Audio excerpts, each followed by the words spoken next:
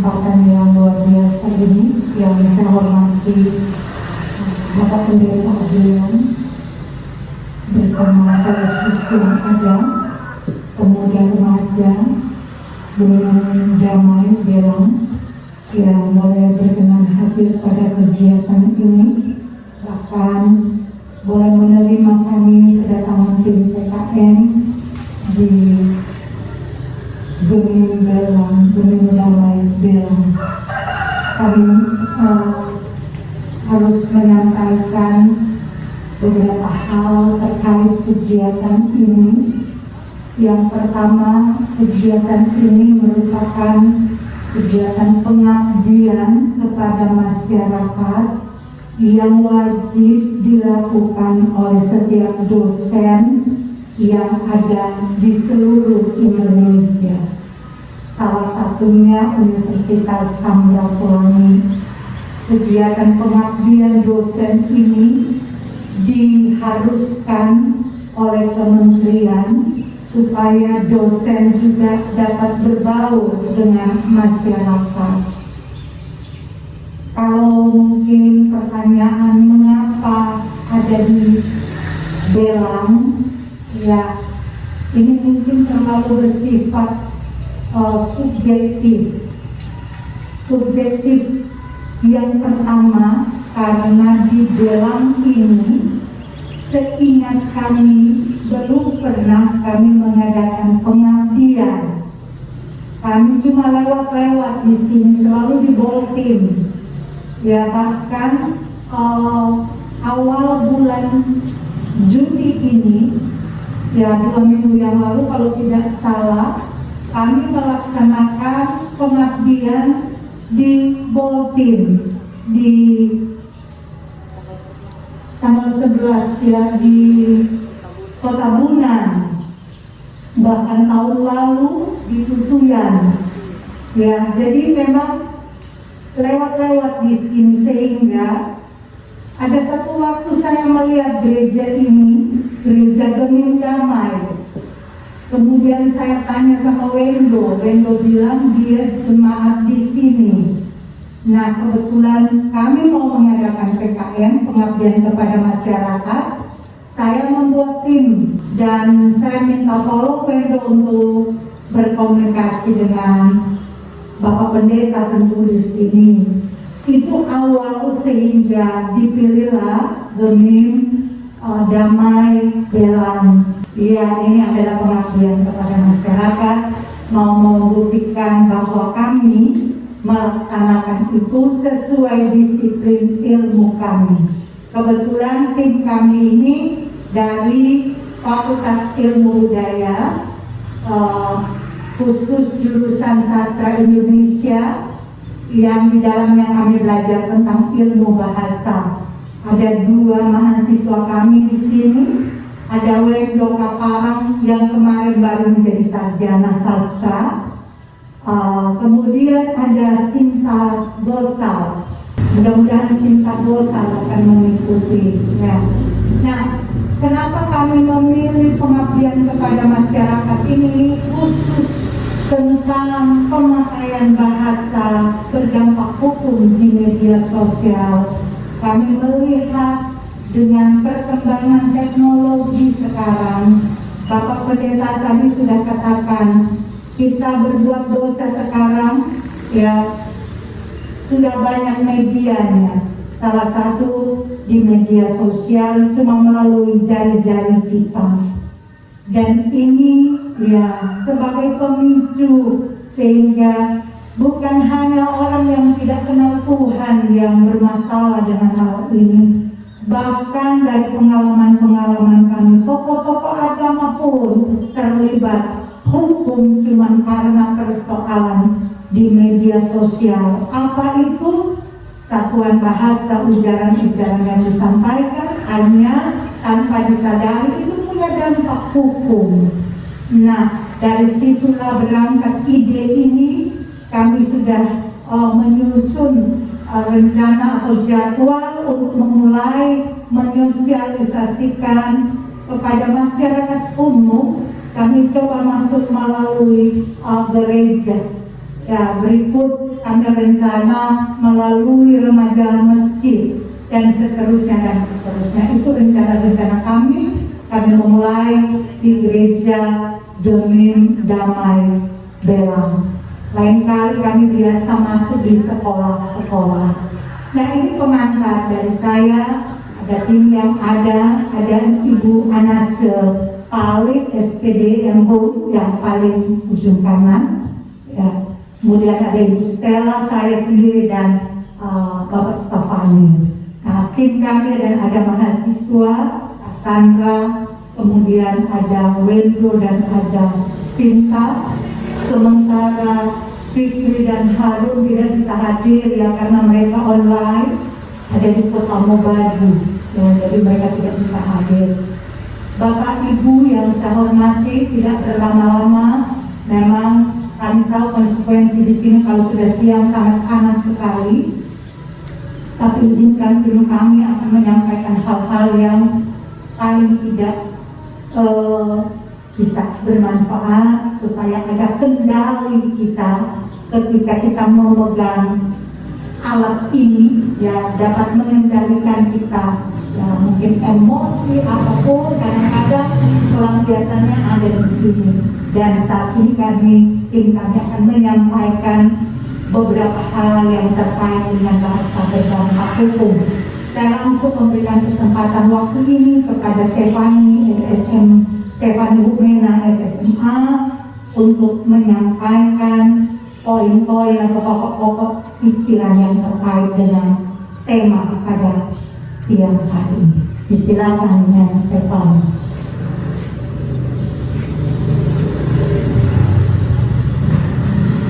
Selamat siang, shalom. Damai di hati, puji Tuhan. Patut kita bersyukur kepada Yang Maha Esa, Tuhan kita Yesus Kristus, karena berkat dan kemurahannya sehingga saat ini kita diberikan kesempatan, bahkan kesehatan dan kekuatan sehingga boleh dalam satu kegiatan PKM, program kemitraan masyarakat dari UNSA. Pada hari ini saya kebagian tugas untuk memberikan materi, tetapi percayalah pada saat saya berdiri di sini saya tidak memosisikan diri sebagai dosen, tetapi saya di sini memosisikan diri sebagai seseorang yang ingin berbagi. Jadi di sini bukan mungkin terlalu sombong kalau saya ingin mengatakan bahwa kami di sini ingin membagikan ilmu, tetapi kami juga di sini saya percaya bisa mendapatkan ilmu dari Anda semua. Jadi terkait penggunaan bahasa berdampak hukum di media sosial, sebenarnya ini yang disebut dengan ujaran kebencian, ya. Nah, ujaran kebencian ini sebenarnya sudah terjadi sejak zaman para nabi. Hanya saja di zaman modern seperti ini kita mendapatkan media baru, ya, media baru, medium baru, dan medium ini kita sebut dengan media sosial. Ya, nah, saya mau mulai dulu dengan ujaran kebencian dan akan saya definisikan berdasarkan morfologis atau bentuk kata. Ujaran kebencian, ya. Kalau kita lihat secara lingual di sini, kalau saya sebutkan secara lingual berarti itu secara bahasa, ya, kata bahasa. Ujaran ini merupakan kalimat, kemudian kebencian merupakan ekspresi atau perasaan-perasaan benci, ya.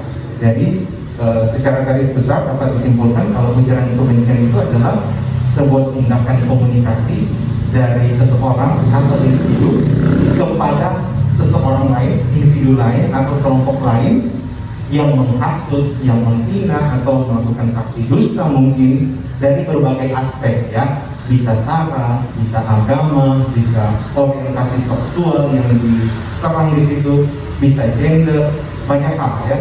Jadi dari berbagai aspek kehidupan itu bisa dijadikan sasaran atau objek dengan tujuan untuk mencemarkan nama baik, menjatuhkan kehormatan atau derajat seseorang, ya. Nah, ini adalah bentuk media sosial seperti yang ada saat ini, ya.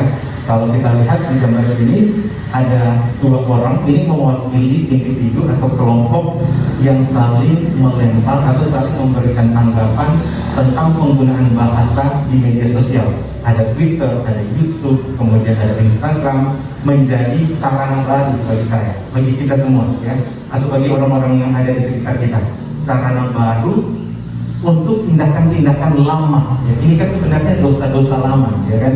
Ujaran kebencian ini adalah dosa lama yang diturunkan. Hanya saja medianya saja yang baru. Dan media sosial kita dipenuhi dengan dosa-dosa lama ini, ya. Nah, sekarang kita kembali kepada tujuan awal dari media sosial, ya. Media sosial ini sebenarnya bisa terbaca nggak? Bisa ya. Oke. Di sini ada tiga ahli. Yang pertama adalah Philip Kotler dan Kevin Keller, kemudian Mayuri Kleiman dan Chris Brogan. Sebenarnya pada dasarnya apa yang disampaikan ini, mereka mendefinisikan bahwa media sosial itu sebenarnya adalah media baru sebagai apa ya? Sebagai media untuk perantara antara konsumen, ya, dan penyedia jasa untuk berinteraksi atau menjual produk. Jadi dalam artian sebenarnya media sosial ini dibentuk untuk sebagai alat marketing, ya. Tetapi akhirnya berkembang dan salah satunya dijadikan sarana untuk menularkan dosa-dosa lama, ujaran kebencian, ya. Oke, nah sekarang apakah ada regulasi tertentu yang dapat menjerat kita apabila kita melakukan hal-hal yang demikian, dosa-dosa lama di media baru itu? Ada, ya. Sudah diatur dalam Undang-Undang Republik Indonesia Nomor 19 Tahun 2016 tentang perubahan atas Undang-Undang Nomor 11 Tahun 2008 tentang informasi dan transaksi elektronik. Saya harus membaca karena saya bukan ahli hukum. Kalau di saudara-saudara di sini ada hukum pasti lebih tahu. Yang pasti di sini setiap orang, ya, yang menyebarkan berita bohong, ya, di sini menyebarkan berita bohong sebagaimana pasal ini, ya, akan dipidana dengan pidana penjara paling lama 6 tahun dan atau paling banyak 1 miliar rupiah, ya, denda 1 miliar rupiah. Kemudian setiap orang yang dengan sengaja dan tanpa hak menyebarkan informasi, ya, yang sengaja dan tanpa hak menyebarkan informasi. Nah, biasanya ini adalah tangan kedua, tangan ketiga, tangan keempat. Sebenarnya bukan dia hanya menyebarkan saja. Itu posting, ya, istilah keren sekarang repost. Nah, repost itu juga bisa kena ini, ya. Sama juga, denda itu 1 miliar, ya. Itu ancaman bagi orang-orang yang suka melakukan dosa lama, ya. Saya yakin kita semua di sini sudah lahir baru, ya. Oke. Nah, ini adalah salah satu contoh atau beberapa contoh ujaran-ujaran kebencian di media sosial. Ada banyak sekali, ya. Kebetulan ini dari saudara kita dari seberang, tapi di kita pun ada banyak, ya. Nah, ini yang pertama, secara resmi, maaf, Anda bisa baca, ya. Di sini, ayo selamatkan. Konteks sambat itu ini tidak benar dan dilakukan oleh oknum-oknum tertentu, ya. Tentu orang yang melakukan ini sudah ditindak, ya. Saya tidak tahu, ini sudah lama kejadiannya. Kemudian misalnya ini KPU dan Bawaslu, ya, kacung racing, ya kan. Kacung ini apa, ya? Mungkin secara teknis kalau dikatakan kacung, ya, kalau kita mau berpikir positif, bisa saja kacung itu adalah pegawai dalam konteks yang positif, pegawai. Tetapi bungkusan kacung, ya, seolah-olah mengatakan bahwa orang-orang pemerintahan itu adalah pembantu, meskipun secara teknis mungkin seperti itu, masyarakat adalah raja. Tapi secara politis saya tidak mau terlibat lebih jauh, saya hanya ingin membahas soal bahasa, ya. Di sini mungkin maknanya sama, kacung dengan pegang. Kalau saya bercerita seperti ini bisa terdengar ya? Bisa ya? Oke, saya tidak pakai lantang suara saja, ya. Mohon maaf, yang penting kita jarak. Oke, kembali ke kacung dan pegawai, sama-sama orang kerja, tetapi nilai rasa itu berbeda. nilai rasa, sensitivitas, ya kan? Itu tanta sana so bunting, ya kan? Ibu itu sedang mengandung, beda, ya, beda. Kalau bunting nilai rasanya tidak baik. Nah, nilai rasanya ada di sini juga yang tidak baik sehingga ini dijadikan sebagai salah satu item ujaran kebencian, dosa lama, ya.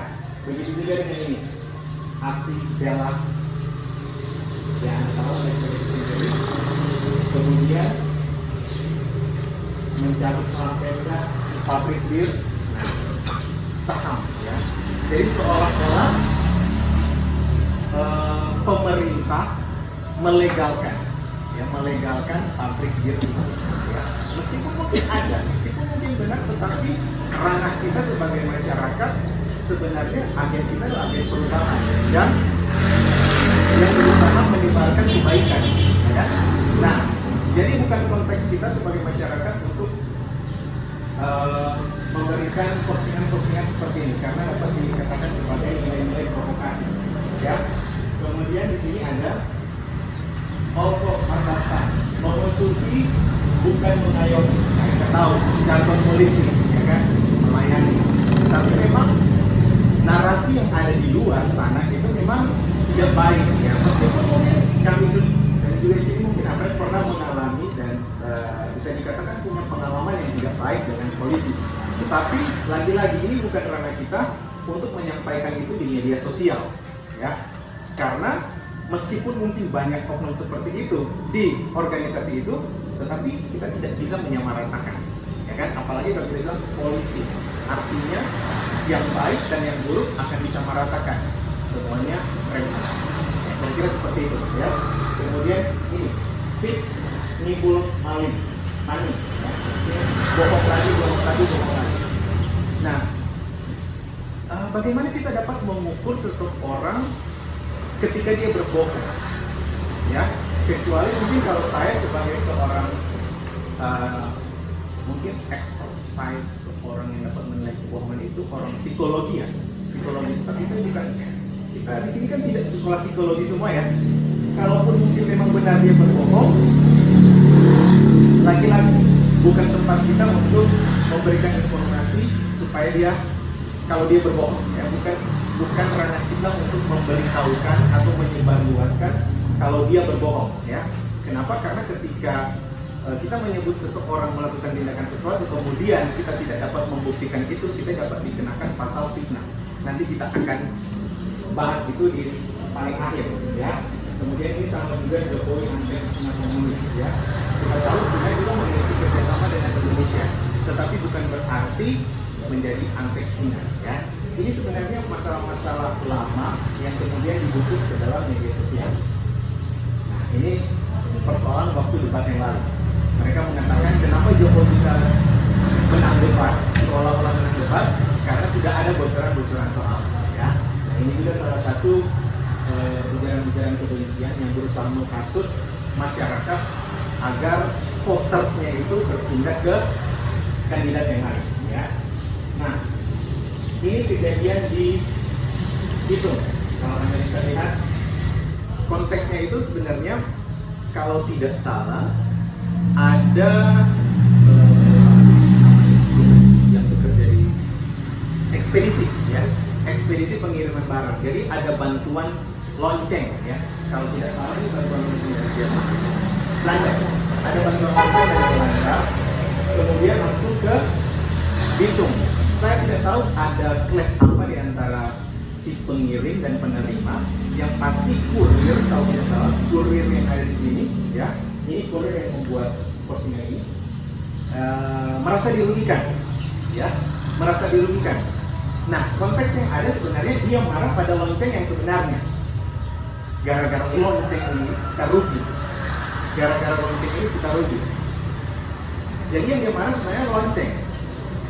Nah, yang salah dia memposting itu di media sosial, Instagram. Kalau Anda bisa baca, ya, pertama di sini. Kalau saya baca, merugikan pihak secara material ratusan juta rupiah. Kemudian di sini ada tagar gara-gara lonceng. Kemudian membuang waktu, tenaga dan pikiran. gara-gara lonceng. Ini merusak hubungan baik sesama muslim gara-gara lonceng.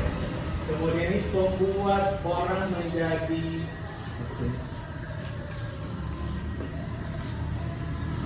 solid, ya, menjadi solid gara-gara lonceng.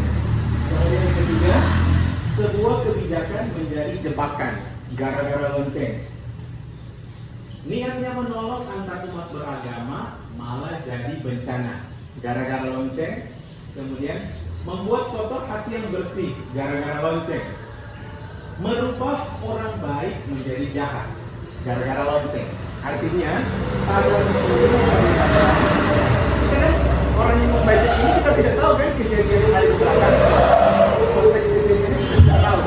Tetapi orang yang membaca, mereka melihat ini lonceng ini orang Kristen. Kemudian kita orang Kristen di gereja ada lonceng.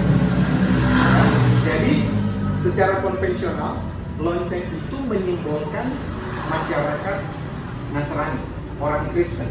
Melihat lonceng sama dengan melihat orang Kristen, melihat gereja. Gereja yang dipenuhi oleh orang Kristen. Nah, ketika ini dilihat oleh orang Kristen, beranglah orang Kristen ditikung. Sampailah ini ke pihak kepolisian. Saya tidak tahu kelanjutan kasusnya, tetapi kami di sini sebagai tim yang ikut membedah kasus ini, ya. Sebagai pengguna media sosial, ya. Ketika kita membaca ini, terkadang kita langsung terprovokasi, ya. Padahal mungkin sebenarnya dia memang betul-betul marah kepada lonceng pada arti yang sebenarnya, ya. Tetapi ini kan sensitif, barang ini sensitif, ya. Barang ini sensitif, jadi ketika dimuat ke dalam media sosial, dibaca oleh orang-orang garis keras, ini menimbulkan penafsiran, ya, penafsiran. Dan apakah salah mereka menafsirkan? Tidak salah, tetapi apakah kita sebagai orang-orang percaya juga mau terprovokasi kembalikan kepada diri, ya? Tetapi kita sebagai pengguna media sosial, artinya jangan sampai melakukan hal seperti ini, ya. Nah, kemudian tes. Oke, selain itu ada juga yang namanya perundungan, ya. Perundungan dan fitnah, ya. Perundungan ini bahasa gaulnya itu bully, dalam bahasa Inggris kita sebut bully, ya. Kita kebanyakan menggunakan media sosial itu dengan tujuan merundung atau membuli, ya. Membuli itu apa? Membuli itu adalah menyakiti orang lain, baik secara fisik maupun psikis, dalam bentuk kekerasan verbal. Verbal itu berbahasa, kemudian sosial atau fisik berulang kali, ya. Jadi membuli itu bukan hanya sekedar ada anak-anak sekolah kemudian dibawa ke sudut sekolah kemudian dirundung kemudian dipukul, tetapi perundungan juga terjadi secara psikis, ya, yakni dengan menggunakan atau memanfaatkan bahasa, ya. Sekali lagi, bahasa itu seperti pedasangnya, ya, bisa memuji, bisa membunuh. Kalau Anda katakan seseorang yang baru datang kemudian, wah cantik sekali, ada berikan, ada itu sepatu rupa gagah, angkat orang dah puji. Tapi kalau bilang, nanti muka kurang sama dengan karapu, nah itu beda. Di situ kan kita bisa melihat bahwa ada kontradiksi penggunaan bahasa. Seperti mungkin handphone ini, kalau kita gunakan untuk membaca hal-hal yang baik, oke. Tetapi kalau kita gunakan untuk melempar orang, tentu yang disalahkan bukan handphone, tetapi orang yang menggunakan handphone itu, ya. Nah, kemudian fitnah. Fitnah merupakan perkataan bohong atau tanpa berdasarkan kebenaran yang disebarkan dengan maksud menjelekan orang. Nah, contohnya, ya ini adalah kasus-kasus real, ya, yang kami tangani sebagai ahli bahasa. Jadi saya tutup. Jadi sebenarnya ini yang disensor pakai hati itu korban, ya. Yang memosting itu yang ini, tetapi saya tutup. Ini korbannya, ya. Nah, kalau Anda dapat baca, ya, saya bacakan, ya. Coba lihat kok nganapin muka Ni sama dengan biapong, kiri kanan bangka, sama dengan banci-banci pemuka, baru bangun tidur. Sama dengan banci pemuka, baru bangun tidur. Apakah ini diperbolehkan? Boleh, silakan. Tetapi dampaknya akan timbul belakangan, ya. Nah, kalau kita lihat, kita bahas satu persatu, ya. Ini biapong ini apa? Biapong ini bakpao. Ini kan. Kemudian kita lihat dengan buka itu bangka ini taruh bengkak, ya.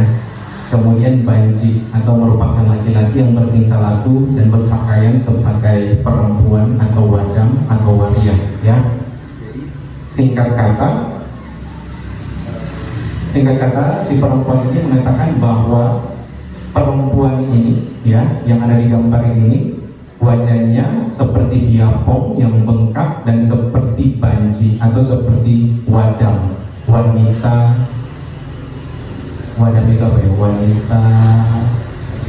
Hawa dan Adam. Wadam itu Hawa, Adam. Waria, wanita, pria, ya.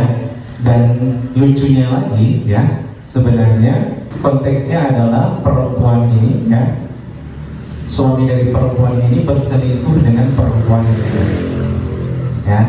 Nah, ini memastikan, ya, seperti seolah melegalkan bahwa sekarang pelapor itu lebih galak daripada istri sah, ya. Kasus-kasus seperti ini banyak, tetapi tidak sampai di kasus polisi karena mereka mungkin menganggap itu terlalu ribet. Tetapi kalau orang bilang kalau dapat soe, ya kan, cuma karena emosi sesaat kemudian melakukan status-status seperti itu, akhirnya malah berujung buntung, ya. Oke, kemudian ini saya lewatkan saja. Ada lagi. Nah,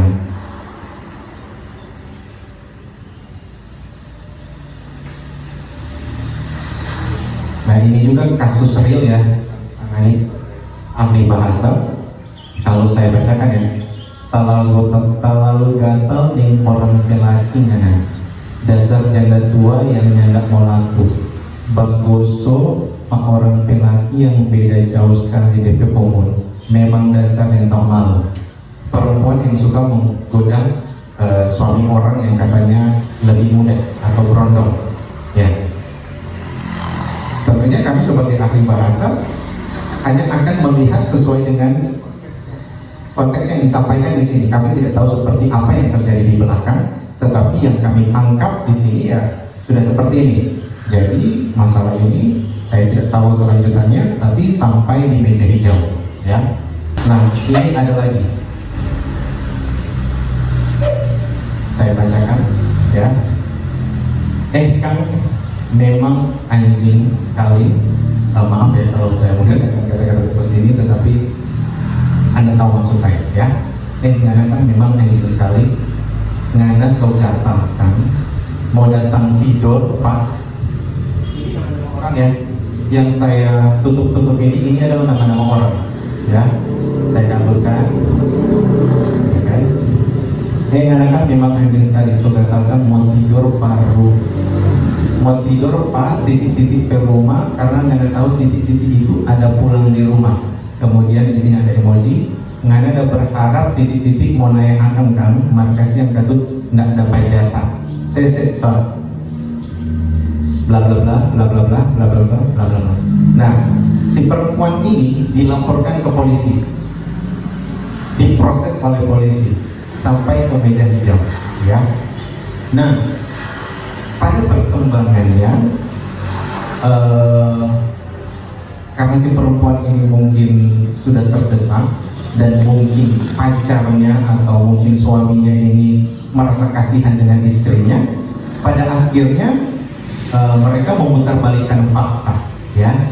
Jadi di kepolisian mereka mengaku bahwa tulisan ini diposting oleh suaminya atau pacarnya. Saya tidak tahu itu suami atau pacar, ya.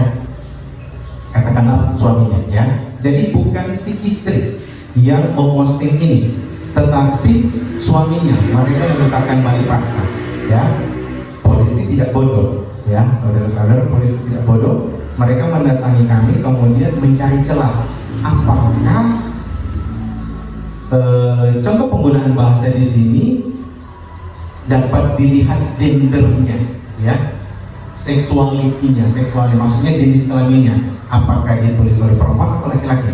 Oke, dari berdasarkan permintaan tersebut kami membuat analisa, ya. Anda bisa lihat di sini. Nah, ini status yang awal dan ini adalah data yang diberikan oleh polisi, ya. Ini adalah status-status yang dibuat oleh si istri, ya. Saya tidak akan membahas secara mendetail tentang bahasa, tetapi di sini kita pun bisa belajar membedakan penggunaan bahasa berdasarkan emoji. Anda lihat status ini, pada status ini ada emoji marah, ada emoji iblis, di sini ada ketawa, kemudian ada ketawa terbahak-bahak, ya. Kita lihat pada status-statusnya yang lain, di sini ada identik, ya, menggunakan iblis, ada marah, ya, iblis sama. Kemudian ada banyak sekali, tetapi saya hanya tampilkan beberapa. Jadi pada intinya si perempuan ini cenderung ekspresif. Setiap kali dia membuat postingan, dia akan menyertakan dengan emoji-emoji tertentu, ya. Ketika itu sudah berkenaan dengan keagamaan, misalnya di sini ada kata amin, dia pakai tanda seperti ini. Ketika dia senang, dia pakai seperti ini. Mau tertawa, dia pakai emoji yang bersesuaian, ya, identik dengan ini. Nah, Anda bisa lihat, oke, masih sama juga, ya. Dia sangat ekspresif ketika menulis status di FB. Nah, kemudian polisi memberikan juga contoh atau sampel status-status yang dibuat oleh suaminya, ya. Oke, oh ini masih yang siapa? Masih yang si perempuan. Ini masih yang si perempuan. Nah, ini dari yang si laki-laki. Kita lihat tadi si perempuan tidak pernah menggunakan emoji ini. Ini kan style laki-laki ketika foto, ya. Jadi di sini kita dapat melihat bahwa ada perbedaan penggunaan emoji sekaligus memperlihatkan gender, seks dari pembuat status, ya. Kita lihat juga yang lain. Nah, justru di yang lain, di status-status yang lain, dia sama sekali tidak menggunakan emoji, ya. Karena begitu, lagi kebanyakan simple, cukup tulis ABC sudah, jadi nggak perlu emoji. Begitu juga yang di bawah. Dari situ kami bahwa pernyataan dari si istri bahwa status tersebut yang dibuat adalah suaminya itu terpatahkan, ya, itu terpatahkan. Jadi saya juga mau mengencourage teman-teman kita yang di sini supaya jangan berani membodohi polisi, ya, mereka itu orang-orang pintar. Nah, ini ada status dari bukan status tetapi live dari seorang calon wali kota. Saya tidak perlu katakan dari mana, tetapi yang pasti calon wali kota di Sulawesi Utara, ya. Dia menyebutkan seperti ini pada saat kampanye, ya, dan ini sementara diurus juga di persidangan, ya. Kami diminta sebagai ahli bahasa. Kita kembali sebagai wali kota akan buktikan kalau dia miring begitu, orang mau usul ganti pada dia. Saya akan kembali sebagai wali kota, akan buktikan jika dia miring seperti itu, kita usul agar dia diganti. Ini terjemahan dari ini, ya. Anda lihat di situ sang calon wali kota tidak menyebutkan nama, ya. Dia tidak menyebutkan nama. Artinya sebenarnya sah-sah saja kenapa dia tidak menyebutkan nama. Artinya tidak menentukan secara spesifik siapa yang disangkakan.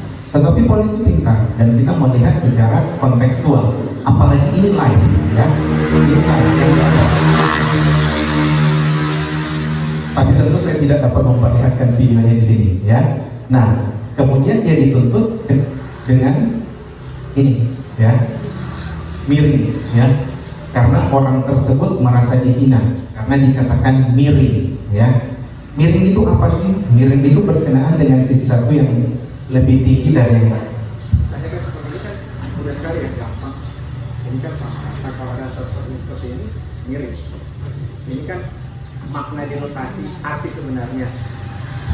Tetapi kan budaya atau ya budaya orang Melayu Manado kalau dikatakan miring itu sama dengan Sinti, orang tidak waras, dan ini juga diakomodasi dalam Kamus Besar Bahasa Indonesia, ya. Jadi dalam Kamus Besar Bahasa Indonesia juga sudah disampaikan bahwa miring itu adalah orang tidak waras, meskipun di budaya yang lain miring itu ya miring, tidak dapat dikaitkan dengan kewarasan atau kondisi kejiwaan seseorang, ya. Nah, kasus-kasus seperti itu akhirnya dikategorikan sebagai yang namanya fitnah, ya. Tadi sudah disampaikan bahwa fitnah itu adalah ucapan yang tanpa berdasarkan kebenaran, ya, tanpa berdasarkan kebenaran untuk menjelekan atau membuat martabat hidup seseorang itu tercoreng, mencemarkan nama baik seseorang. Itu adalah definisi dari fitnah. Nah, ketika kita melakukan apa yang namanya fitnah itu, ya, jadi di situ ada dua unsur fitnah sebenarnya. Seseorang yang tanpa bukti menyebarluaskan berita yang tanpa kebenaran, ya. Jadi kalau seseorang menyebarkan sesuatu kebenaran mungkin tidak akan disebut fitnah, ya, tetapi masih terjerat juga dengan pasal pencemaran nama baik. Jadi kita ini seperti tidak mempunyai celah untuk melarikan diri, ya. Kalau kita lihat kan kalau fitnah ada dua unsur yang harus dipenuhi. Pertama menyebarkan, kemudian tanpa bukti, ya. Menyebarkan tanpa bukti ini harus muncul secara simultan atau muncul bersama-sama. Jadi sebenarnya kita tidak punya kita tidak punya daya upaya untuk dapat membendung ketika segala sesuatu itu sudah dicarakan di media sosial, ya. Nah, kira-kira sampai di sini ada yang ingin berbagi pendapat dengan saya mengenai ujaran kebencian?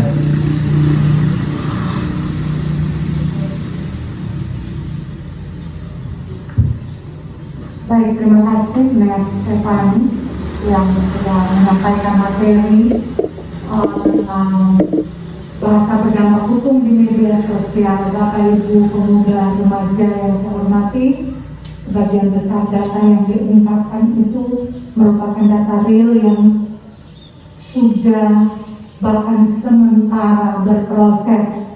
Kebetulan kami tim yang dipercayakan pihak kepolisian untuk memberi keterangan keahlian, ya, terkait pemakaian bahasa di media sosial. Itu sebenarnya yang menjadi pendorong kami supaya dalam tanda petik kami tidak direpotkan lagi oleh pihak kepolisian yang hampir setiap minggu muncul di kantor untuk meminta kami menelaah, menjelaskan, dan ini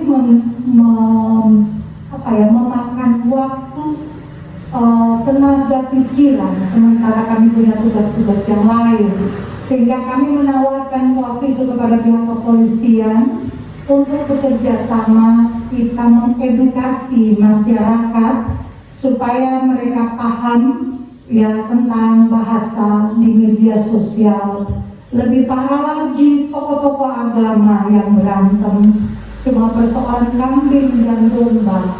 Itu pernah saya selesaikan. Kambing diidentikan dengan siapa, domba diidentikan dengan siapa, seperti tadi lonceng, ya. Bapak Ibu pemuda remaja yang saya hormati, demikian kami boleh berbagi dengan jemaat damai, jemaat damai yang ada di Belang. Mari kita berdiskusi. Kami siap untuk memberikan pencerahan apa yang kami tahu. Kami akan berbagi dengan Bapak Ibu.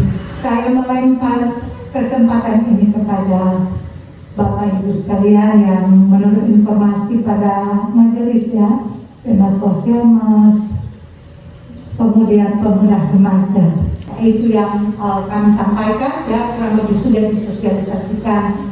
Saya memberi kesempatan, silakan, tidak usah malu-malu, jangan merasa tidak nyaman dengan pemakaian bahasa Indonesia. Bicara Melayu Manado, silakan. Ya, Bapak Pendeta membuka kesempatan ini. Silakan Bapak Pendeta. Ya, terima kasih atas kesempatan ini. Saya kira cukup. Ya, terima kasih. Dengan adanya penjelasan tadi memang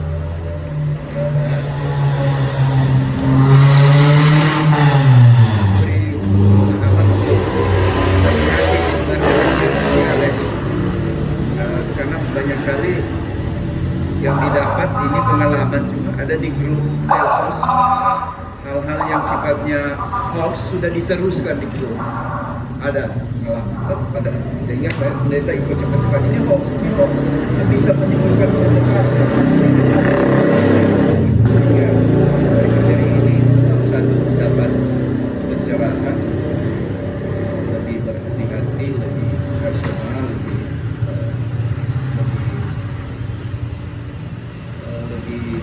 baik menggunakan media sosial ini. Baru yang kedua, dari penjelasan tadi saya berpikir apa ukuran berita itu di kategori ujaran kebencian dan lain-lain. Apa ya? Ini ada ukurannya seperti ini.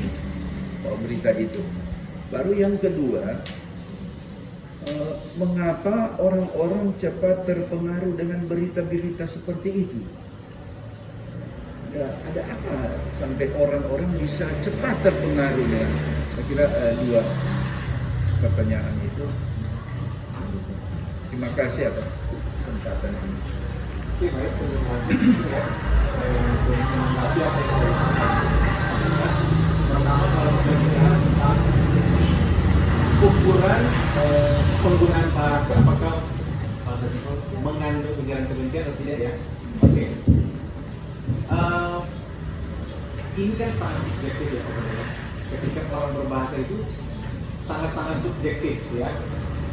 Sensitivitas kita juga berbeda ya. Misalnya saya dengan teman saya dari kejauhan, mungkin sejak lama sudah tidak bertemu ya. Mungkin sudah sejak lama tidak bertemu, kemudian satu waktu kita dipertemukan dalam satu kondisi yang tidak terduga ya. Kemudian mungkin secara spontan saya mengatakan, anjing dari mana? Ya, apakah ujaran kebencian? Ya, tidak. Itu tidak ujaran kebencian, itu adalah simbol keakraban. Ya, tetapi tinggal sekarang bagaimana kita? Apakah orang-orang yang bergereja, yang mungkin istilahnya sudah bangun tidur di gereja mau menggunakan ungkapan-ungkapan seperti itu, ya? Seperti juga ini kan persoalan kata anjing ini juga kan pernah heboh waktu Lutfi Abdisam ya, ketika dia melapor ke Komisi Perlindungan Anak tentang orang-orang yang suka menggunakan kata-kata anjing, ya, karena ada yang menganggap itu terlalu kasar. Tetapi di pihak lain juga menganggap bahwa itu tidak, itu berdasarkan konteks, ya, itu berdasarkan konteks, bisa dijadikan bahan bercandaan. Anjing, bagus sekali itu. Nah, itu maknanya jadi berbeda, ya. Jadi memang kita harus melihat pertama konteks, ya, konteks dulu yang harus dilihat. Ini bercanda atau makian, ya. Tetapi kalau saya secara pribadi mungkin saya tidak akan lagi menggunakan kata-kata seperti itu, meskipun konteksnya adalah bercanda. Konteks ini bisa dilihat dari beberapa sisi. Pertama, situasi, tempat, waktu, dan lawan bicara, ya. Sekarang saya mau andaikanlah saya ini orang yang tidak terpelajar. Andaikan saya ini orang yang tidak terpelajar, ya. Saya dengan perkumpulan teman saya, kami sedang dipanggil, anjing, mau kemana? Aduh, itu mau berak dulu, babi. Nah, itu kan pembicaraan yang sebenarnya kasar, tetapi karena mereka terbiasa dengan itu sehingga tidak bisa dikatakan sebagai makian. Tetapi saya yang seperti itu, misalnya saya yang tidak terpelajar, tentu harus juga berpikir ketika saya berbicara dengan orang yang tidak saya kenal. Ini orang yang tidak terpelajar lah, ya. Ini orang yang tidak terpelajar. Ketika dia berbicara dengan orang yang tidak dia kenal, tentu dia tidak akan menggunakan ungkapan-ungkapan seperti itu. cowok kan mau gimana? Oh, mencari toilet belok situ. Itu orang yang tidak terpelajar, ya. Tetapi dia juga dapat melihat konteks, ya. Itu siapa lawan bicara kita, ya. Jadi kata yang sama ketika disampaikan kepada orang yang berbeda pasti akan menimbulkan reaksi yang berbeda, ya. Itu cara kita mengukur bagaimana sebuah bahasa itu apakah mengandung ujaran kebencian atau tidak, ya. Konteks, waktu, ya, tempat, situasi. Orang yang sama ketika berada di tempat yang berbeda itu juga harus menggunakan bahasa yang berbeda, ya. Misalnya ada konteks suami istri, ya. Kebetulan suami istri ini kerja di tempat yang sama, ya. Dan kebetulan mungkin si suami adalah atasannya di tempat kerja. Nah, perbincangan masalah yang sama di atas ranjang dengan di kantor pasti itu berbeda. Nah, ya kan? Itu pasti berbeda. Saya tidak perlu merincikan seperti apa, tetapi ini konteks berperan penting. Orang yang sama berada di tempat yang berbeda pasti akan menggunakan bahasa yang berbeda. Tentu kalau dia di rumah pasti menggunakan bahasa yang santai. Ketika di tempat kerja dia akan menggunakan bahasa yang lebih formal. Kenapa? Karena terikat konteks tadi, lingkungan pekerjaan, ya. Ketika mungkin si istri ini mengajukan atau melakukan permintaan dengan bahasa yang biasa mereka gunakan di rumah, pasti itu akan membuat ketersinggungan, ya. Nanti bisa rancang lagi, ya, kalau mereka peran di situ. Nah, kemudian yang selanjutnya ini masih dalam konteks menilai apakah bahasa itu memiliki unsur ujaran kebencian. Dikembalikan lagi kepada diri kita sendiri. Apa kita mau? Apa kita bisa menerima ketika ada orang lain mengatakan kita anjing, babi, pembohong, dengan itu nak waras, atau dengan itu miring? Nah, itu dikembalikan kepada kita. Kalau kita merasa tidak bisa menerima itu, ya jangan dilakukan kepada orang lain, ya kan? Kita hanya sebagai apa ya? Kalau dikatakan, meskipun ada orang lain, oh kita kok biasa, dan orang bilang begitu kita biasa-biasa, ngana biasa, orang lain nggak biasa, ya. Jadi pertama memang kita harus kembalikan kepada diri kita, apakah kata-kata seperti itu dapat kita terima. Kalaupun dapat kita terima, yang harus kita tanamkan dalam pikiran kita, orang lain bisa saja tidak dapat menerima itu, ya. Dan kalau orang lain tidak dapat menerima itu, kemudian di follow up ke jalur hukum, ya, kita yang akan menerima batunya, ya, karena pasti di situ ada delik, ya, ada delik atau ada orang hukum menyebut itu delik atau sesuatu yang dapat disangkakan bahwa seseorang telah melakukan tindakan pidana, ya. Oke, kemudian yang tadi yang pertanyaan kedua, mengapa begitu cepat merespon berita hoax? Ya, sebenarnya ini dosa lama juga. Jadi dari zaman ke zaman sifat natur manusia, sifat alami manusia itu kan ada yang kita sebut dengan sindrom mimikri atau senang meniru, ya. Begitu juga kan ketika anak yang baru lahir, mereka meniru apa yang dilakukan oleh orang dewasa, ya. Apalagi budaya orang Indonesia. Kalau budaya Barat mereka lebih open minded, tetapi kita orang yang biasa itu memiliki budaya konsumtif, ya. Jadi apa yang tersaji di depan kita, ya, itu langsung ditelan mentah-mentah, ya. Jadi ini bukan apa yang menyebabkan, tetapi lebih kepada kita yang belum terbiasa memfilter berita, ya. Jadi kita sendiri yang belum terbiasa untuk memfilter berita, ya. Kalau dulu sebenarnya sudah ada dari dulu, hanya saja dulu tidak punya media sosial, ya kan. Dulu itu bergosip, satu orang bergosip, ada kejadian di satu tempat, pasti satu kampung itu bisa tahu antar mulu, orang ada bilang antar mulu itu tanpa media sosial. Jadi sebenarnya itu sudah menjadi sifat natur, sifat alami manusia. Hanya saja sekarang ada media sosial, ya, jadi lebih mudah persebarannya itu, ya. Jadi ini tinggal bagaimana kita terbiasa, ya, atau membiasakan diri, lebih tepatnya, membiasakan diri untuk memfilter informasi yang ada di media sosial. Seperti itu pertanyaannya. Semoga bisa mencerahkan. Mungkin ada lagi yang ini, ya silakan.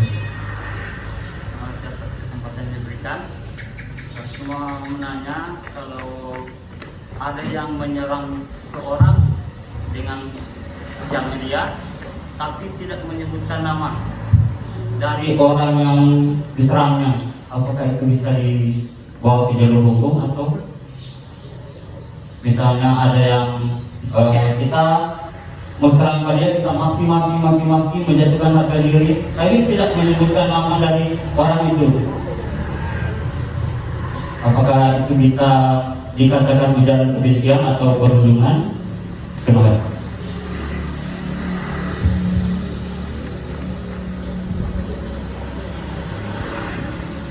Oke, yang jadi pertanyaannya, kalau kita memaki-maki seseorang tetapi kita tidak menyebutkan nama, saya mau balikan pertanyaan itu kepada Bapak dan kepada kita semua. Apakah kita mau memaki-maki seseorang di media sosial? Ya? Ada sih, lupa. Oh, ngana kok terlalu begini mas, tanpa menyebutkan nama. Oke. Saya tidak dapat membahas ini terlalu jauh karena ini delik hukum. Saya sarjana sastra, magister linguistik, bukan ahli hukum ya. Tetapi tadi di situ mungkin Anda terpancing dengan perkataan saya, meskipun dia tidak menyampaikan nama, ya, si calon wali kota ini ya, ketika dia menyebut seseorang miring, ya, dia tidak menyebutkan nama. Tetapi di situ konteksnya live streaming, ya. Dia melakukan tindakan bahasa secara langsung, ya, direkam, kemudian ada konteks, ya, konteks di situ ada orang, di situ ada banyak orang, dan orang-orang di situ tahu siapa yang dimaksud, dan bisa saja orang yang dimaksud itu ada di situ, dan sebenarnya orangnya ada di situ. Kita tahu kan kalau disindir secara langsung, bukan disindir secara langsung, yang namanya menyindir itu tidak langsung, ya, menyindir tidak langsung, tetapi kalau orang ada di situ pasti kena, ya kan?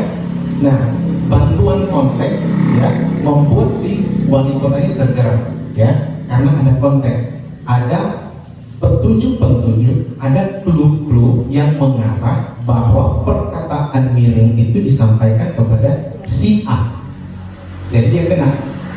Tetapi memang kalau ujaran kebencian itu atau sindiran atau sarkasme atau hasutan-hasutan ditujukan kepada seseorang kemudian tidak menyebutkan nama, memang sulit untuk dijerat, ya.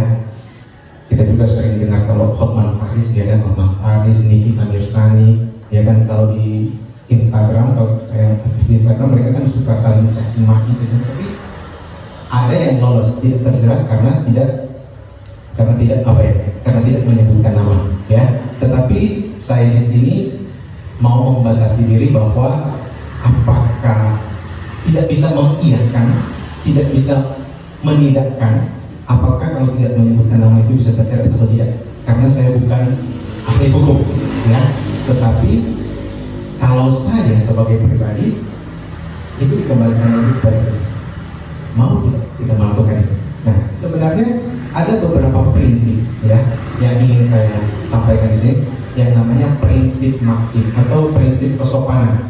Yang sebenarnya ini adalah ajaran-ajaran kekristenan, ya. Saya ini mungkin singkat saja, ada sekitar 7 maksib, ya, yang dapat menghindarkan kita dari perbuatan ujaran kebencian, ya. Nah, coba lihat pertama ini ada maksib kebijaksanaan, ya. Pertama, maksud kebijaksanaan ini bergagas pada mengurangi keuntungan diri sendiri, ya, mengurangi keuntungan diri sendiri. Misalnya begini, kalau ada orang bilang, pakai jilbab jaket, ya. Nah, orang yang ditujukan itu kan bilang gini, nggak usah, nanti kakaknya cuma gini. Nah begitu juga dengan apa ya? Ketika kita mendapatkan ujaran kebencian, bisa dengan sebenarnya itu kan sudah merugikan diri sendiri ya. Tetapi misalnya saya yang kena, saya berbeda jadi dosen, misalnya seperti itu. Saya menggunakan prinsip kebijaksanaan untuk tidak menguntungkan diri. Dalam arti saya tidak akan membalas apa yang disampaikan oleh orang tersebut. Nah itu yang namanya bijaksana, ya. Meskipun kita sudah diserang, bukan berarti kita menjadi rendah. Ketika orang lain merendahkan kita, justru Tuhan akan meninggikan kita. Mungkin itu saja prinsipnya. Kemudian ada yang namanya maksim kedermawanan, ya. Maksim kedermawanan ini sebenarnya adalah ajaran-ajaran Kristen, ya. Prinsip itu adalah mengurangi keuntungan diri sendiri, ya. Jadi kita orientasinya kepada keuntungan orang lain, ya. Kita berorientasi kepada keuntungan orang lain. Sama seperti Tuhan Yesus datang, dia datang melayani orang-orang berdosa, ya kan? Seperti misalnya, ini contoh-contoh yang ada di masyarakat. Soal apa kita? Nah, kita yang mendengar ada orang yang sedang lapar,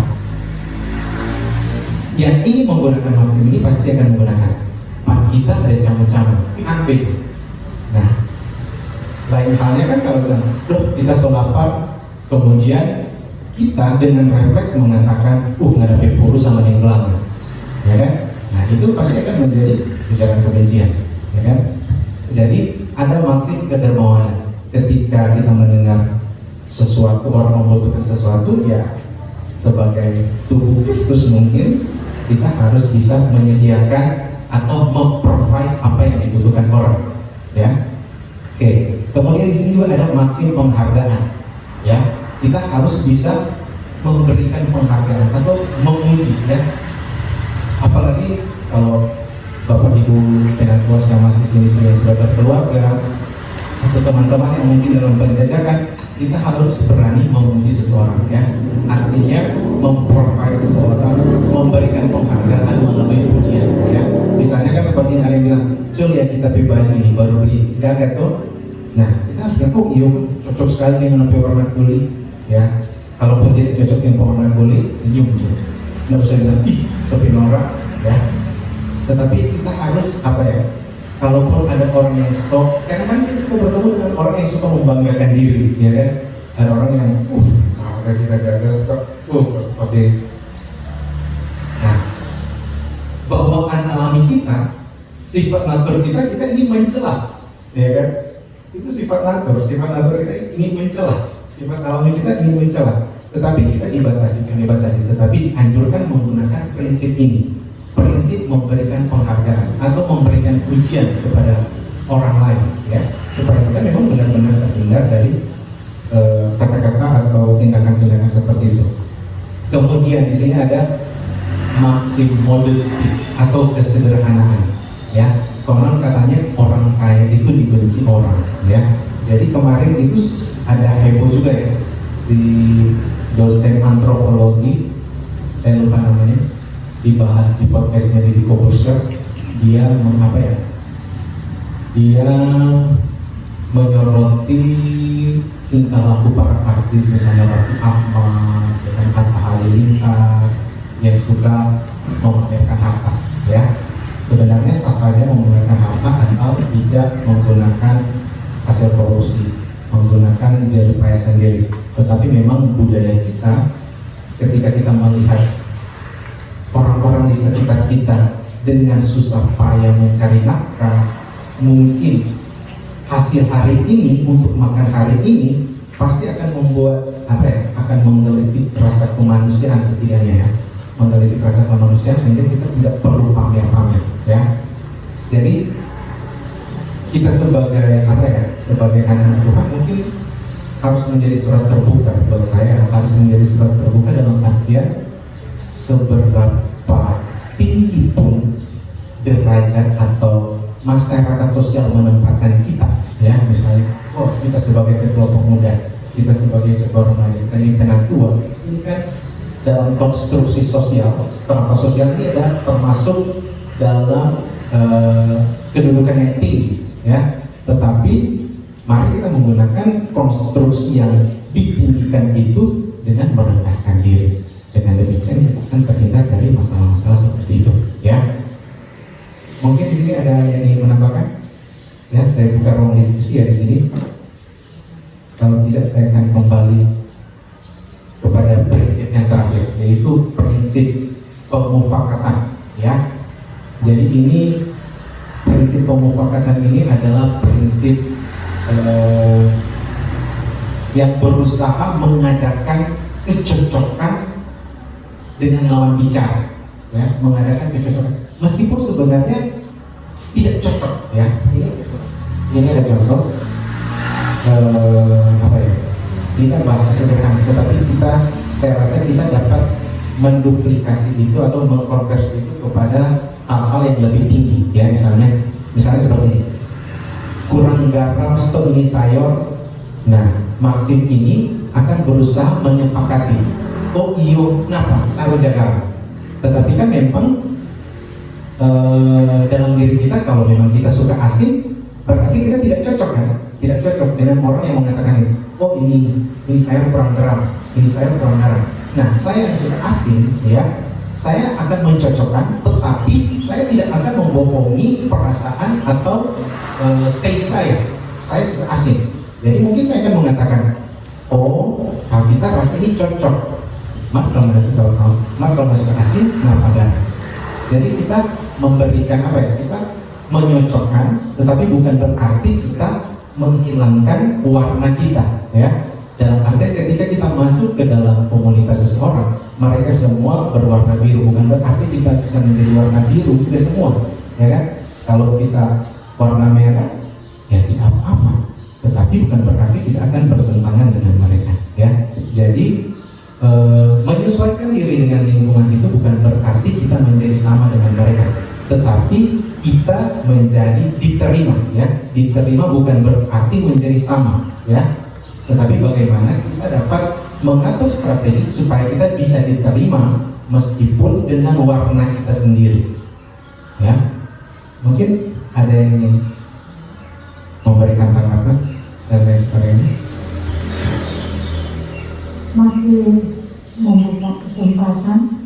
Kalau sedikit saya tambahkan, ya, tadi ada pertanyaan dari pemuda atau bapak tentang ketika mendapatkan saya mengungkapkan berupa ujaran-ujaran kebencian itu di media sosial, tapi tidak menyebutkan nama, begitu ya, apakah itu akan kena jerat dan sebagainya.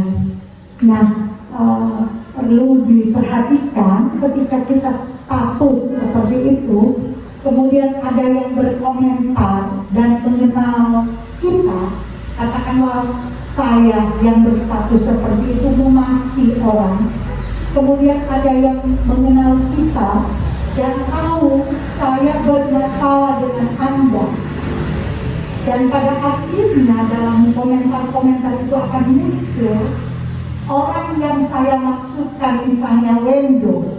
Saya lagi marah dengan Wendo, tapi saya tidak mau menyebutkan nama Wendo di situ.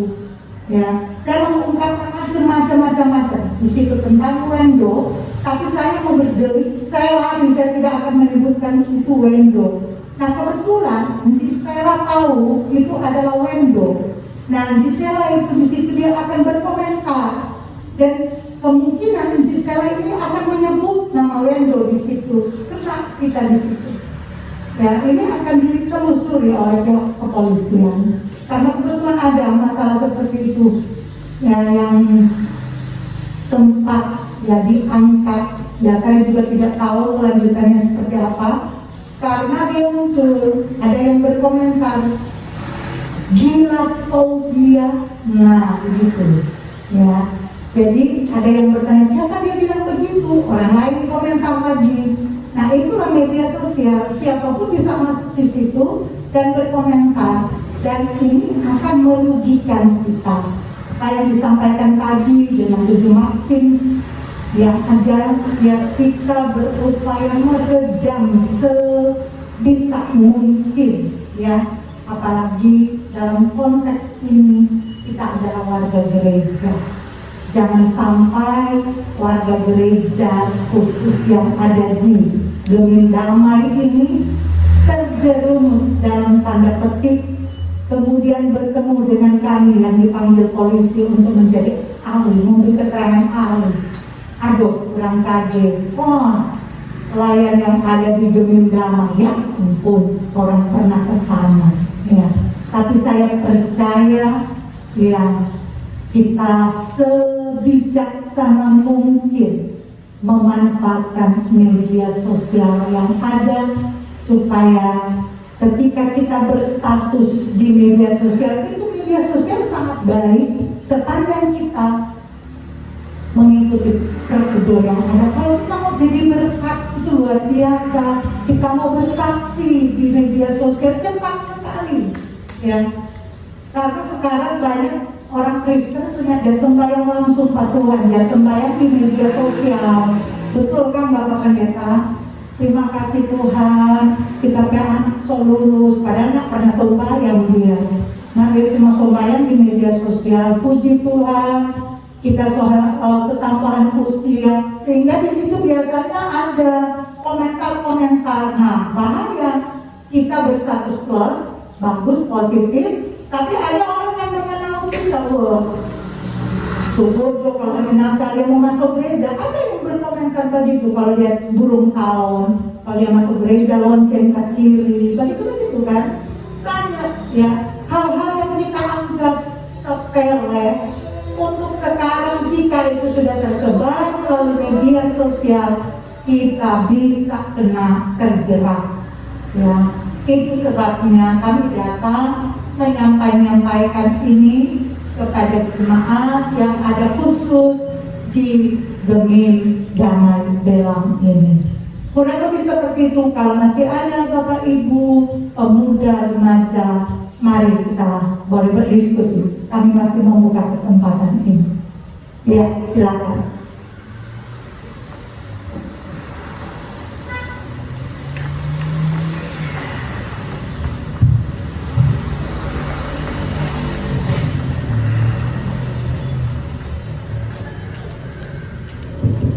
Ya, terima kasih atas kesempatan.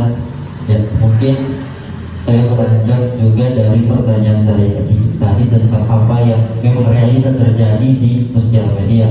Nah, saya melihat ini banyak yang terjadi seperti itu di sosial media, mengungkapkan perasaannya di sosial media, baik itu dia membenci seseorang, dia menghina seseorang. Nah, itu diucapkan di sosial media. Nah, bagaimana saya ingin menanyakan bagaimana Bapak melihat ini atau Ibu melihat ini ketika pelaku ini membungkus kalimatnya itu dengan kata kebebasan berpendapat sebagai warga negara. Nah, mungkin itu. Terima kasih.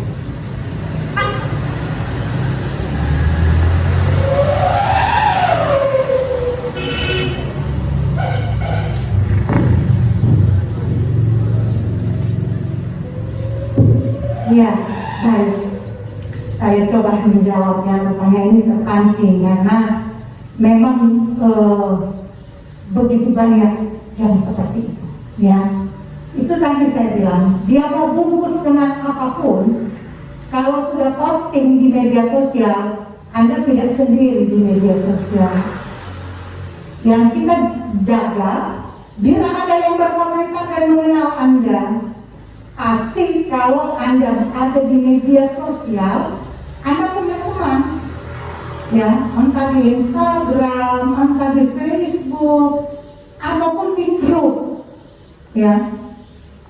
Namanya sudah lebih dari 2 orang yang mendengar, yang membaca, kemudian dia mengenal Anda bermasalah dengan saya, ya, kemudian Ibu Stella, Ibu Anaknya mulai bilang, belum bertobat deh dia, ya kan, begitu. So ada masalah baru deh. Nah, otomatis saya bisa terpancing lagi, ya enggak? Coba kita renungkan itu. Kita tidak menyebut nama, memang betul. Ya, ada kasus kemarin yang kami tangani, ya minta maaf. Jadi ini sudah merambah sampai ke hamba Tuhan, klien-klien khusus marah Pak Pendeta. Yang tak adil, begini, begono di Facebook. Ya, ada satu kasus yang berteman, dia berkomentar di situ, kena itu. Ya, ini pendeta merasa bahwa pencemaran nama baik. Ya, memang tidak menyebut nama, betul. Nah ini kebiasaan anak-anak muda, minta maaf. Ya, saking orang memang menggunakan ini barang ini, orang marah. Ya, kadang belum marah oleh mama atau oleh papa, sebe ajus, yang marah. Tapi nenek cuma mungkin tak juga bilang sebe, tak bilang ajus. Tapi ada teman yang tahu siapa sebe yang asli itu, bla-bla-bla. Nah, sebe yang ajus yang tidak tahu, bahkan mungkin ada orang lain yang menyampaikan dan memanas-manasi ini sebe yang ajus. Anak begitu koman bla-bla-bla. Bapak Ibu remaja pemuda, lebih baik kita menghindar karena ini akan menjadi pemicu. Dan ini bayangkan kalau mama anak papa kok bermasalah ke kantor polisi, ya, kemudian dapat tahu kemari, jemaat demi undangan. Nah, di sini pendeta, bagaimana? Oh, pendeta bilang, terus bagaimana ini penatua pembinaan dan lain sebagainya. Ini cuma contoh, ya. Karena kebetulan lebih baik menghindari karena Anda mau bungkus berapa lapis lagi mau bungkus. Kalau itu sudah diekspos di media sosial, Anda tidak sendiri di media sosial. Ada yang mengenal Anda dan kurang lebih karena Anda bergaul secara tidak langsung, Anda pernah curhat kepada seseorang. Ini seseorang ini lagi sok tahu, sok akrab, sok kenal, dia berkomentar. Anda terpancing, jadi. Ya, silakan ya Stefani. Oke, saya ingin menambahkan tentang kebebasan berpendapat. Jadi seperti ini, bebas berpendapat, tetapi kita tidak melanggar norma, ya. Berpendapat bukan berarti menjadikan kita sebagai pribadi yang tidak sopan, ya kan?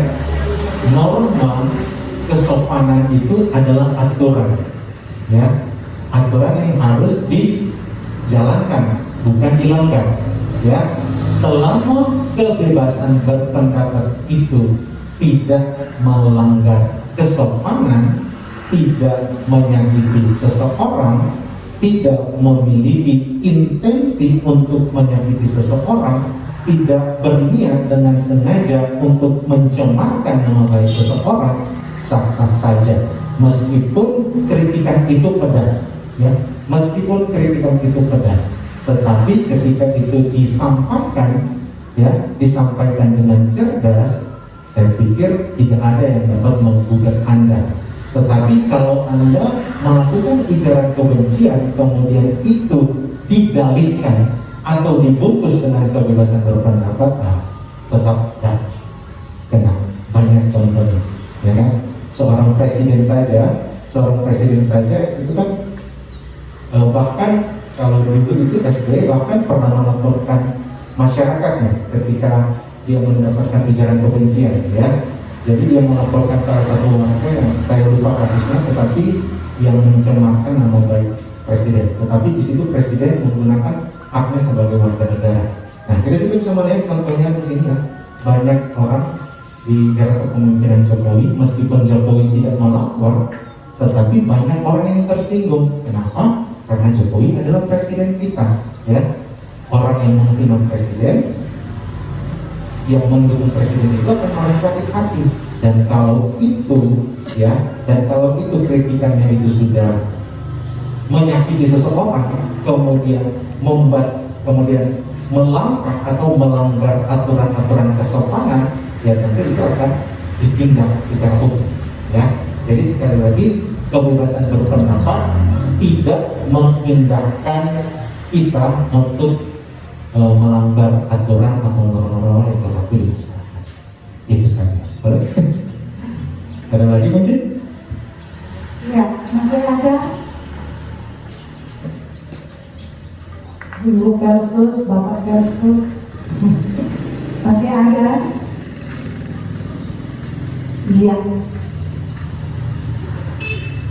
Kalau sudah tidak ada, ya memang sebenarnya diskusi seperti ini memang mengasihkan ya. Semua bisa kita ungkapkan dan kita keluarkan. Tapi mungkin dalam situasi sekarang ini ya panas. Ini coba menjadikan sok panas, belang panas. Iya, ini kata panas juga ini dapat dimaknai berbeda-beda. Panas karena udara, panas karena mendengar ya informasi-informasi yang memanaskan. Ya, banyak hal. Jadi Bapak Ibu berbahasa ini berkaitan erat dengan pribadi seseorang.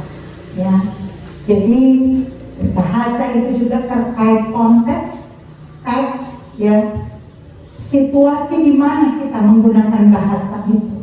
Saya kira demikian yang dapat kami sampaikan. Mohon maaf jika ada kata-kata ujaran-ujaran kami yang tidak pantas, tidak sopan, tetapi apa yang kami sampaikan semata-mata mengulang saja sesuai dengan data yang ada pada kami, yang sering menjadi bagian dari pekerjaan kami, ya, melihat secara tidak langsung di masyarakat seperti apa mereka memanfaatkan bahasa di media sosial, sehingga ini yang memicu kami untuk datang mengunjungi Bapak Ibu pemuda remaja yang ada di Gereja Domini Damai. Semoga ya jemaat damai tetap damai untuk selama-lamanya. Terima kasih, mohon maaf sekali lagi jika ada tutur kata kami yang tidak pantas, tidak sopan, semata-mata ini terkait dengan materi yang kami bawa. Tuhan Yesus memberkati. Shalom, selamat siang. Saya kembalikan kepada pembawa.